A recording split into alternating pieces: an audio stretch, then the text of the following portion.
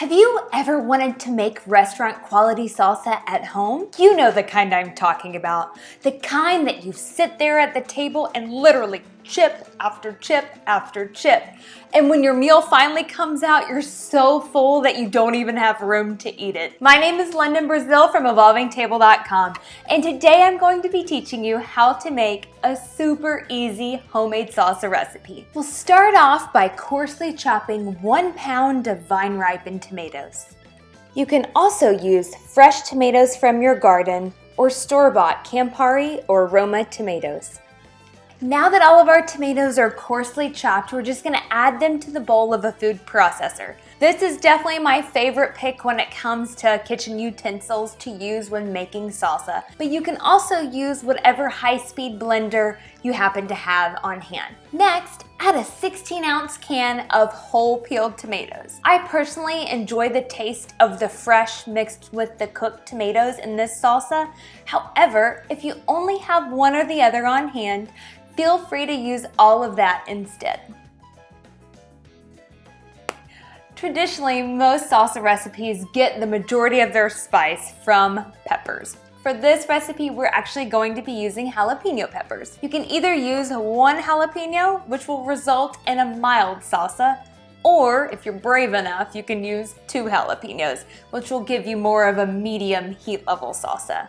Just note that some jalapenos can be way spicier than others, so if you're brave enough, take a little taste test and see if your jalapeno peppers are on the spicy side or the mild side. I'm gonna be brave today and actually use 2 jalapenos. So we'll go ahead and finely dice the jalapenos so they're evenly dispersed throughout the salsa. Add them to the food processor with the other tomatoes.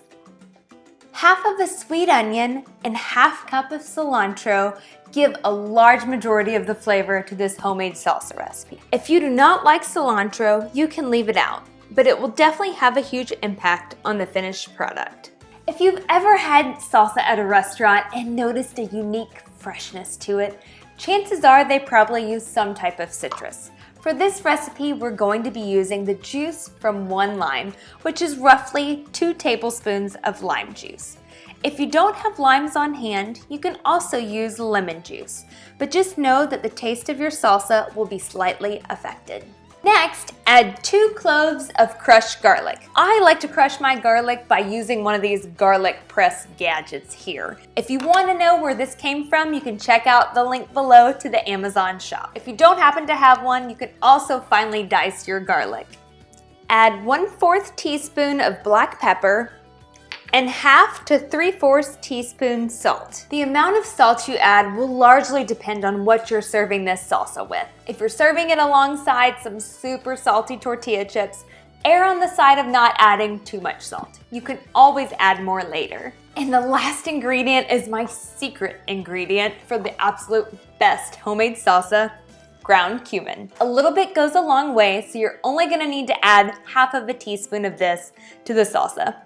Cover the food processor with a lid and pulse until your salsa reaches your desired consistency. For a chunky salsa, pulse 20 to 25 times. For a thinner salsa, you will want to pulse 25 to 30 times. As you can see, this recipe makes a lot of salsa.